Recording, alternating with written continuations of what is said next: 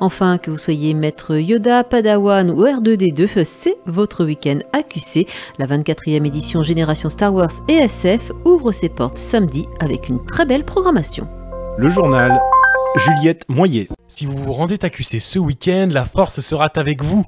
L'espace Chambon accueille en cette fin de semaine la 24e édition de Génération Star Wars, un salon tourné vers la science-fiction organisé par l'association Les Héritiers de la Force. Acteurs, dessinateurs et autres passionnés vous attendent afin de partager leur amour de la saga légendaire. Une passion qui anime Sébastien Lebrun, secrétaire et responsable logistique des Héritiers de la Force, association organisatrice de l'événement.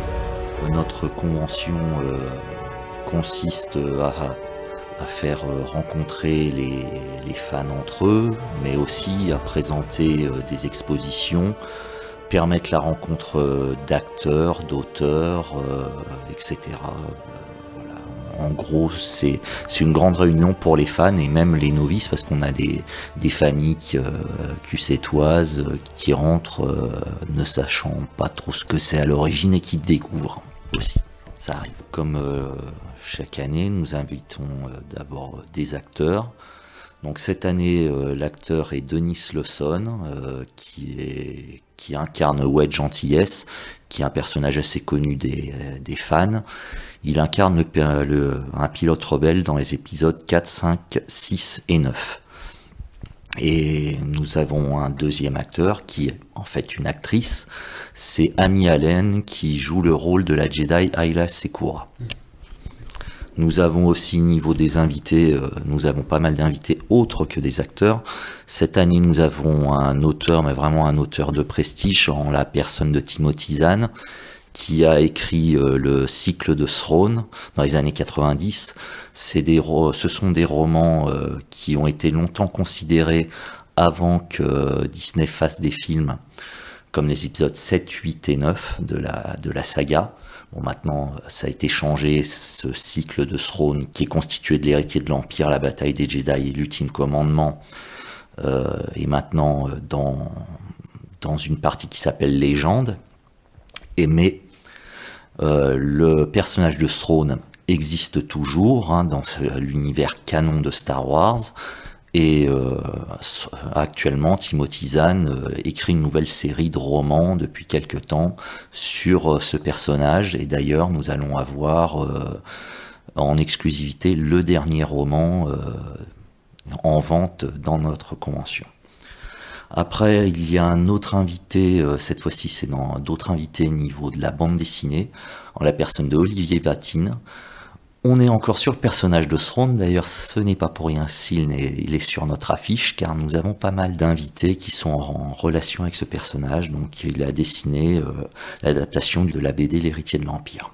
Et nous avons aussi, parmi les invités de bande dessinée, Paul Renaud, qui a dessiné la couverture pour le comics Throne, et plus récemment aussi Dark Vador en 2021. Nous avons aussi Marco Castiello, qui est un dessinateur de comics qui a aussi dessiné pour du Star Wars, pour du Marvel aussi, et d'autres dessinateurs de BD, comme notre fidèle Christophe Hénin qui vient cette année. Et nous avons aussi, niveau des dessinateurs et créateurs, nous avons cette année une nouvelle tente artiste qui va venir, où il y a environ 16 artistes qui vont proposer leurs différents travaux. Voilà pour ce qui est des invités. Alors du coup, vous nous parlez pas mal de ce personnage de Throne qui est aussi sur l'affiche. Est-ce que vous pouvez nous en parler, puisque ce sera une des figures majeures de cette édition ? Alors, je vais vraiment en parler dans les grandes lignes. C'est un amiral qui a la peau bleue. Là, par contre, quelques fans vont me tirer les oreilles. Je me rappelle, le nom de sa race me vient pas directement en tête. Donc c'est un amiral qui est un fin stratège, vraiment un grand stratège impérial, et qui a une passion pour l'art. C'est un personnage très aimé des fans, voilà. Qu'est-ce qu'elle représente pour l'association, cette convention chaque année? Est-ce que c'est l'aboutissement du travail de l'année, ou c'est un événement parmi d'autres que vous produisez tout au long de l'année, qui est guidé un petit peu par votre passion commune? En ce qui nous concerne, c'est un aboutissement parce que le but premier de notre association, c'est cet événement. Après, bon, on a des stands dans certaines conventions, etc. Mais c'est vraiment cet événement qui est la vocation première de notre association. Comment justement tous ces invités ils seront accessibles au niveau de la convention? Il y aura un espace qui sera dédié?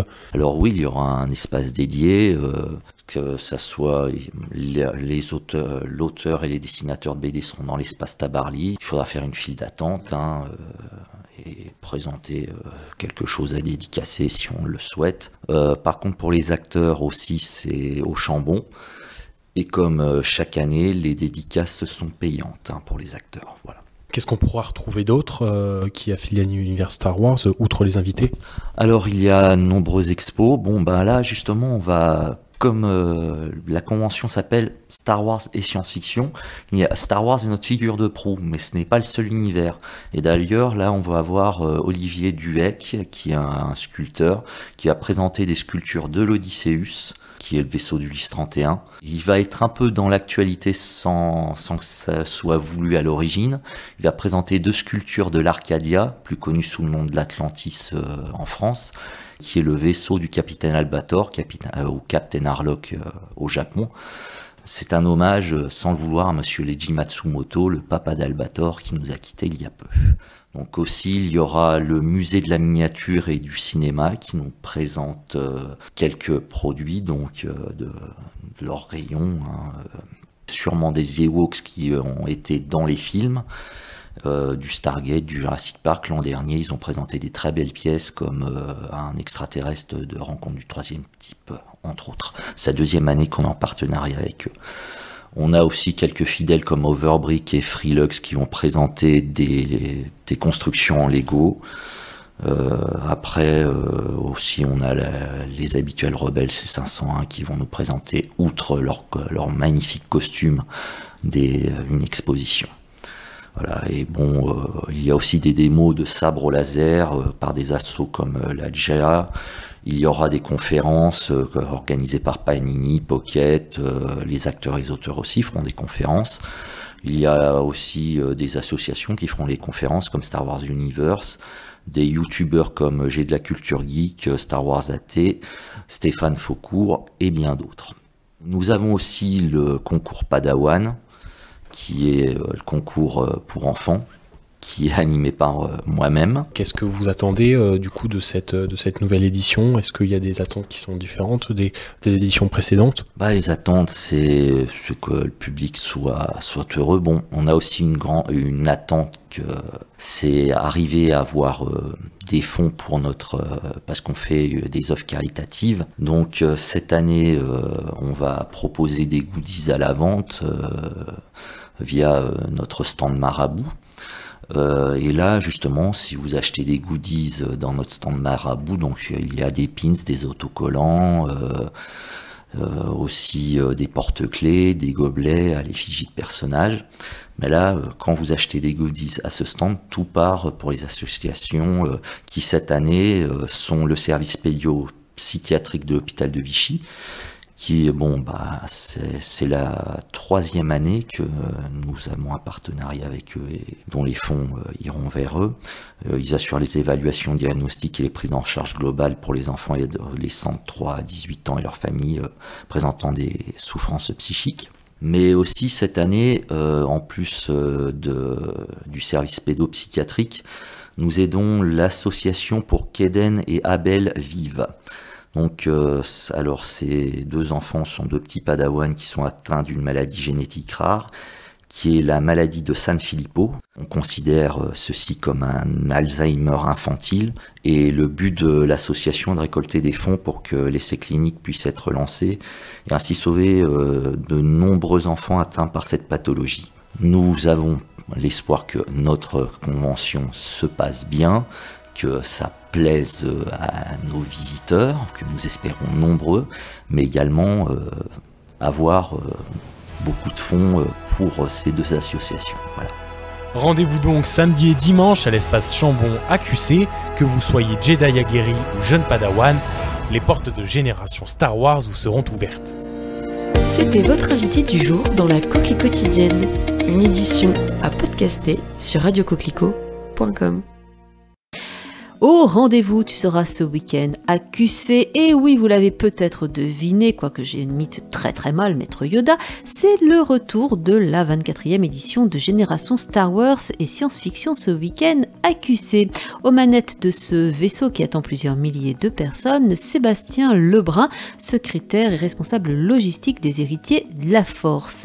Il mise sur quelques têtes d'affiche à cette occasion. Cette année, l'acteur est Denis Lawson, qui incarne Wedge Antilles, un pilote rebelle dans les épisodes 4, 5, 6 et 9. Nous avons une actrice, c'est Amy Allen, qui joue le rôle de la Jedi Ayla Secura. Cette année, nous avons un auteur, mais vraiment un auteur de prestige, en la personne de Timothy Zahn, qui a écrit le cycle de Throne dans les années 90. Ce sont des romans qui ont été longtemps considérés comme les épisodes 7, 8 et 9 de la saga. Actuellement, Timothy Zahn écrit une nouvelle série de romans sur ce personnage, et d'ailleurs nous allons avoir en exclusivité le dernier roman en vente dans notre convention.